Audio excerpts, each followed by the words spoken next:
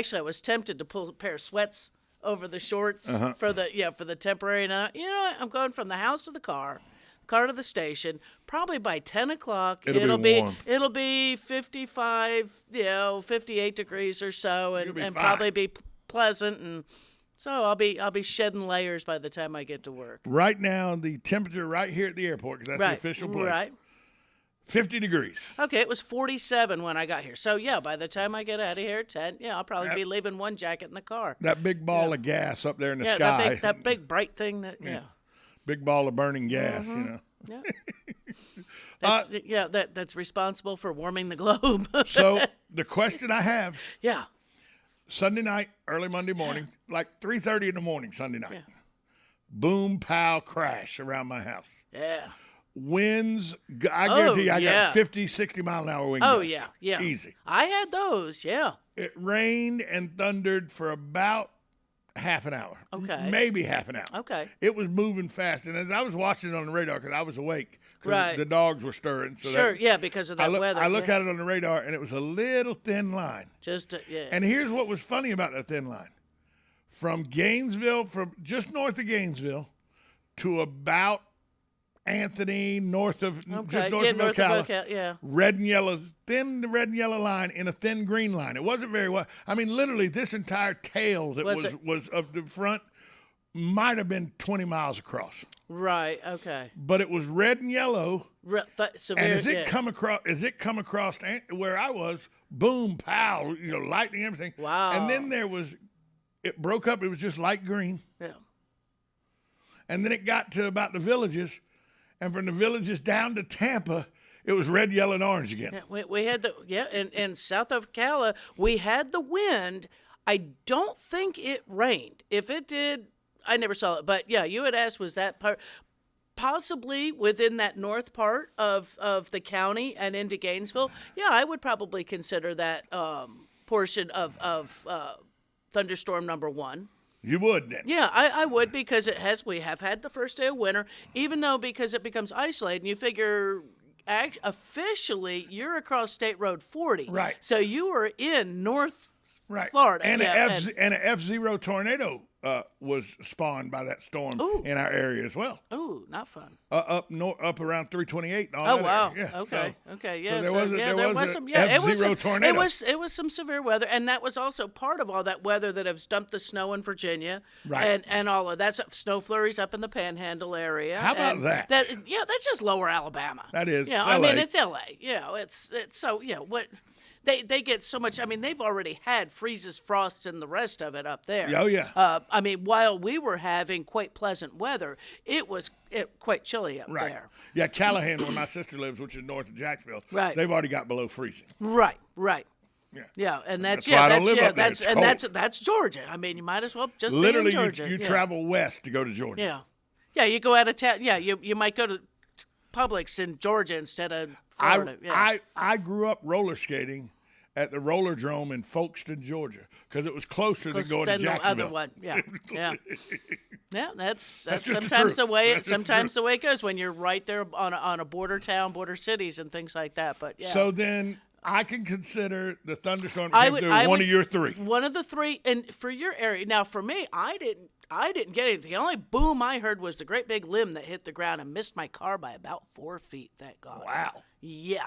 It was a big one. It was good, what is that, 6 inches across? And I wonder what caused that line of storms. Because as it come offshore, as I watched it progress, because I went back and watched the past, as it come onshore from the Gulf, it was a strong line of thunderstorms from the Panhandle, the Big Bend. The Big Bend? Yeah. It was a strong line of thunderstorms from the Big Bend all the way to Tampa.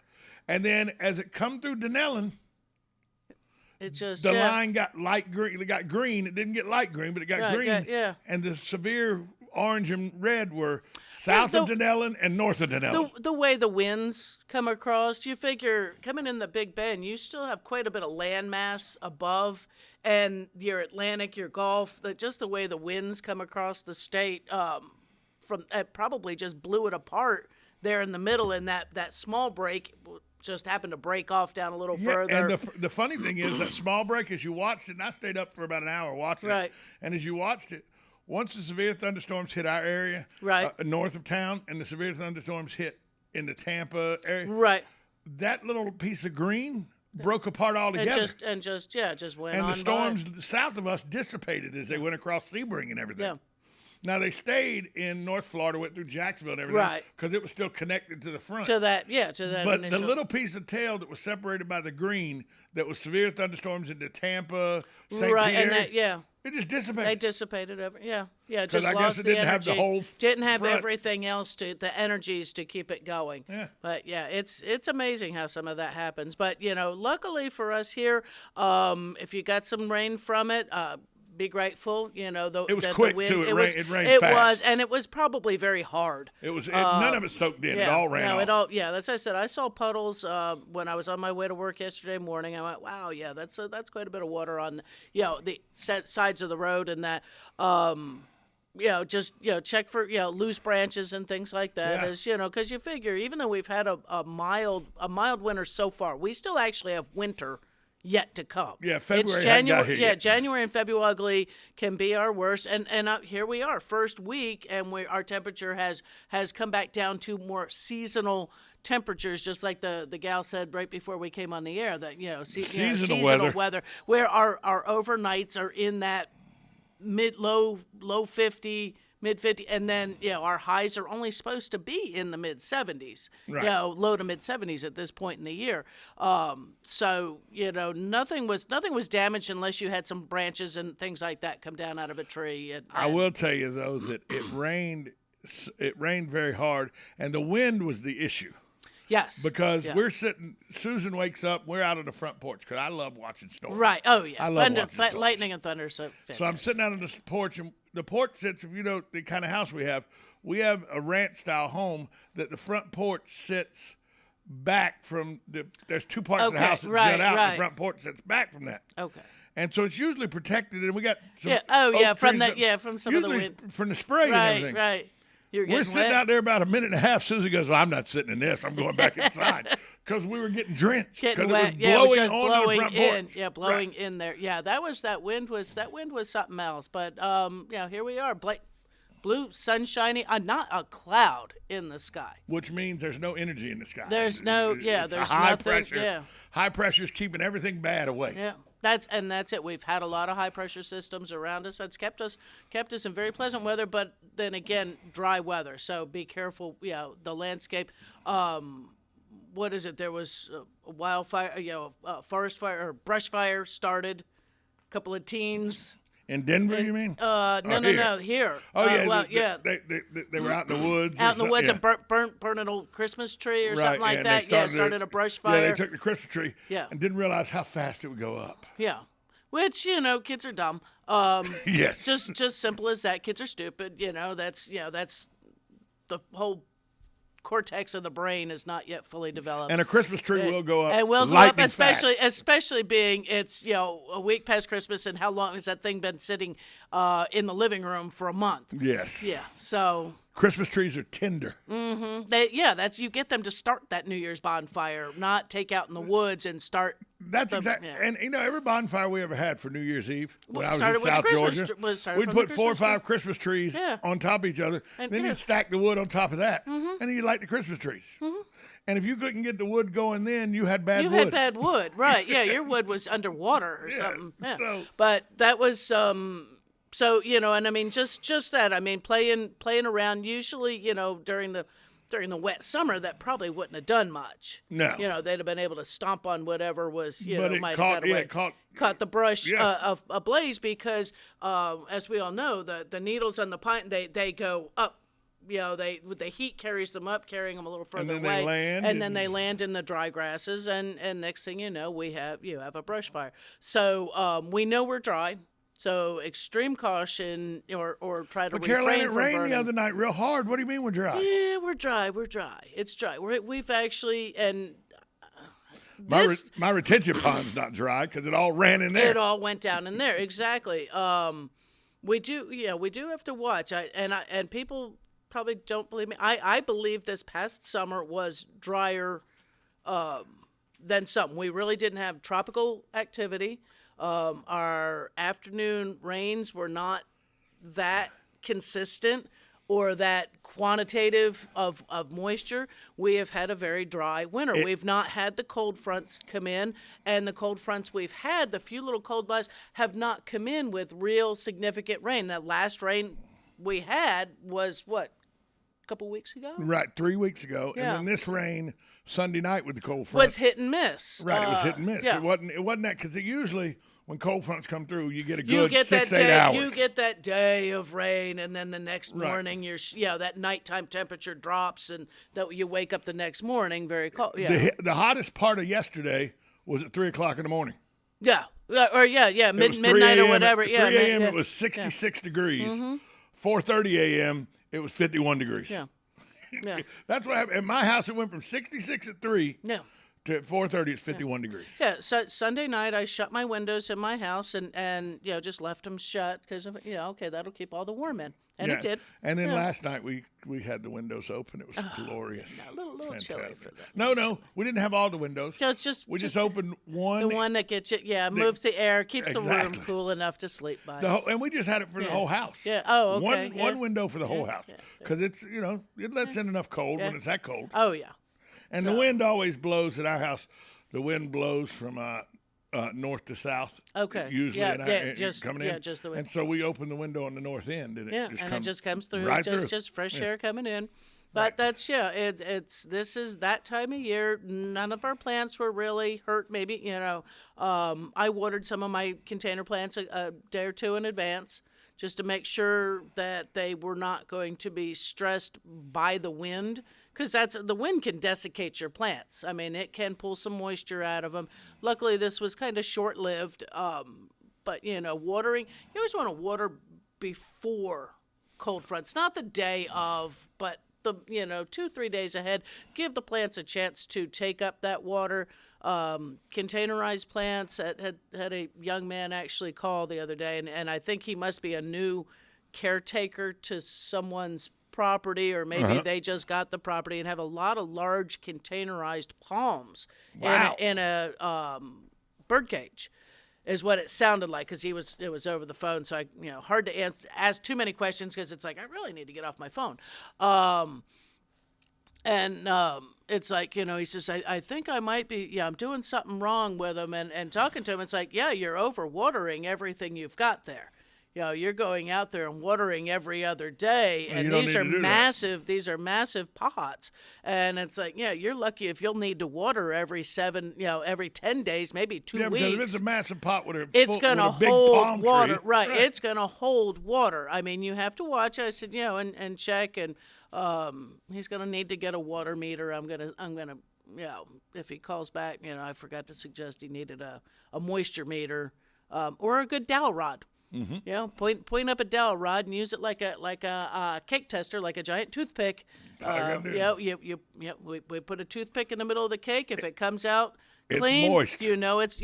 Well, if you put it in, it comes out clean. It's good. It's dry enough. It's set up enough. Right. You do it in your big pots. You put it down in there far enough if they're a large pot, and if it comes up, you can actually see moisture on it. Right. And you're good to go. You're good. And if good. it comes back dry, you need to you water. better. If it's just dry to the touch, give it some water. I with the way things are going here and everything, Susan's itching to bring all the plants in. Oh, she's itching. And I'm not ready to do it yet. Yeah. Is it because I'm lazy, or because we really aren't to that point yet? To do to plant the vegetables, no, you mean? To bring the plants inside, in. Yeah. No, we're not. Yeah, we're not ready to. I had, when we had a couple of those ones, I had brought a few of mine in and left them in for a couple of weeks. And it was like, you know what? We're not getting that up and down, back out you go.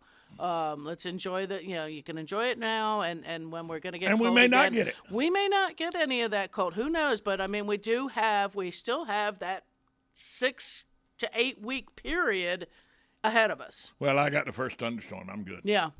2 more. Two more springs the next day. No, it means it's on its way. And usually you can tell when it's on its way. When we have those windy days, if you notice, that wind had that cold edge to it. All day yesterday. All day. So that was that cold and edge. We that were was under a wind winter advisory, that was by the a way. that was a winter wind. When the spring winds start coming, you start to feel a softness. Yeah, this is out of And the I know northwest this. yesterday. How does wind? It does. Yesterday, It the does. wind was out of the northwest at 17 to 20 miles an hour is what they said was regular wind, with gust up to 35 or 40. Yeah. And I promise you, there was a couple times it was up to 35, 40 miles an hour yesterday with gust. Oh, yeah. Now, with a wind like that, and you talk about drying plants and grass, I know, even though it wasn't around long, it was the wind started about 3:30 in the morning, lasted till about noon, 1 o'clock.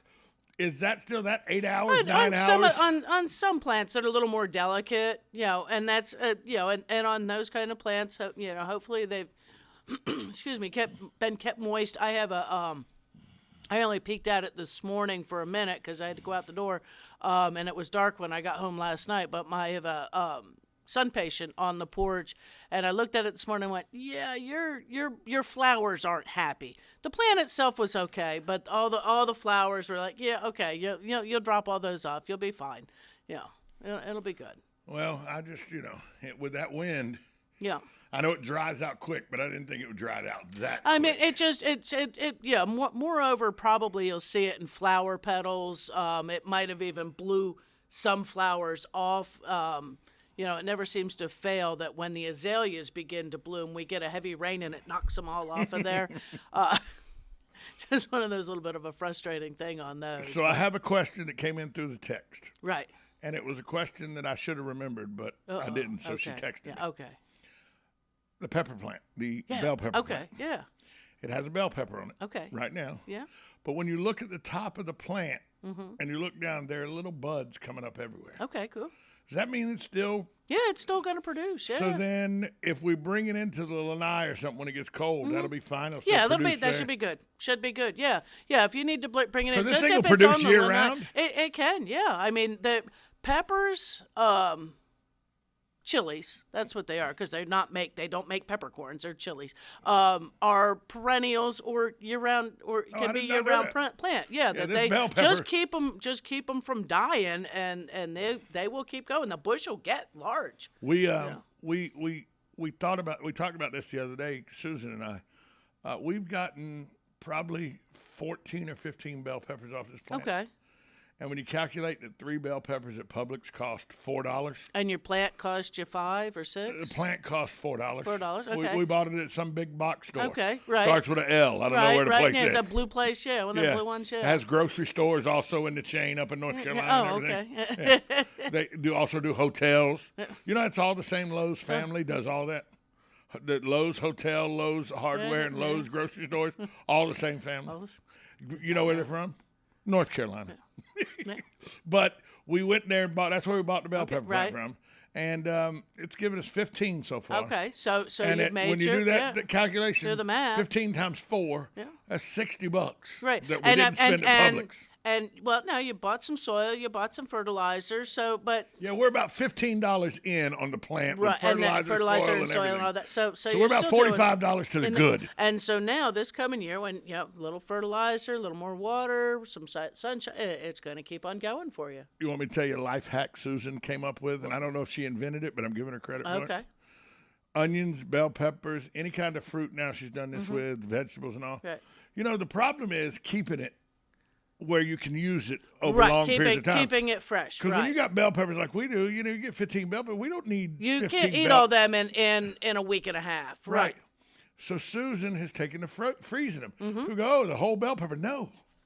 She dices them up and then puts them on a parchment paper on a cookie sheet. Throw them in throws them in the freezer so they stay separated. Yep. And dump them in a baggie or a container. Them in a baggie. Yeah. Oh, yeah, then you grab them out for in your omelets when you need them, and your sauce. Yeah, and they're onions, perfect. Same kind of thing. Yeah, you find you got too many onions or you got somebody that's starting to sprout. It's like, here, get these all chopped up, freeze them up. Yeah. But before when we put them in a bag, we put them in a bag all together. Oh, right, wet. right. And then you got to beat them out. Yeah, right. Now she spreads them out on that parchment paper nice cookie and frozen, sheet. They're in the baggie. Yep. They're not clumped together. Yep. They don't clump together. Yeah, you can reach in there with a measuring cup, scoop you some out, 100%. and That's what she throw does. Yep, throw them in the skillet, and That's exactly what she does. Good to go. And you can do on some of the other You didn't ones. invent like that. say, It doesn't sound like you, Susan. Looks like Carol Ann knew. Looked like she knew. Like the cubanellas, the frying peppers. If you do those like in strips, you can still do that almost like a fresh. Like say you're going to do your steak, and you want strips to go with your steak. She's done it with avocado that way. Yeah. Slice the avocado into strips and then froze those. Yeah. Do a little lemon juice on those before you do them, and they won't turn brown. Okay. Same with like bananas. Okay. You get too many bananas, you can take and mash those up, little lemon juice in there, and use it for banana bread later, or just cut them up and use them in your smoothies because it makes your smoothies really nice. We've decided that when it comes to banana bread, that there's a certain restaurant that I won't name. Oh, okay. That you get your banana bread from them. But B and E, Okay, BE, and you go there, and by the time you go to the grocery store, buy the mix for the banana bread, come home, you do all the preparation to make the banana bread, put it in the oven, and bring it back out of the oven. It's ready to go. Or you can pay $4.95 at that restaurant and get a loaf. Get a loaf for you. Yeah. I think less than $5. We're doing more than $5 with the whole. When you. Well, I love banana. I love banana bread. It's okay. I prefer pumpkin bread. You get warm banana bread with some margarine, with some butter and margarine on it. Yeah. Oh, make you want to slap somebody. Just get those good eats. But I thought about freezing bananas too. Yeah, That's bananas. a good way. And see now I'll cut the banana up and again lay it out. Toss in a little lemon juice. Keeps it from turning brown. Lay it out on the parchment. Freeze it good. Throw them in a container. Now, bananas will stick back together some, but it's easy to knock them apart once they do.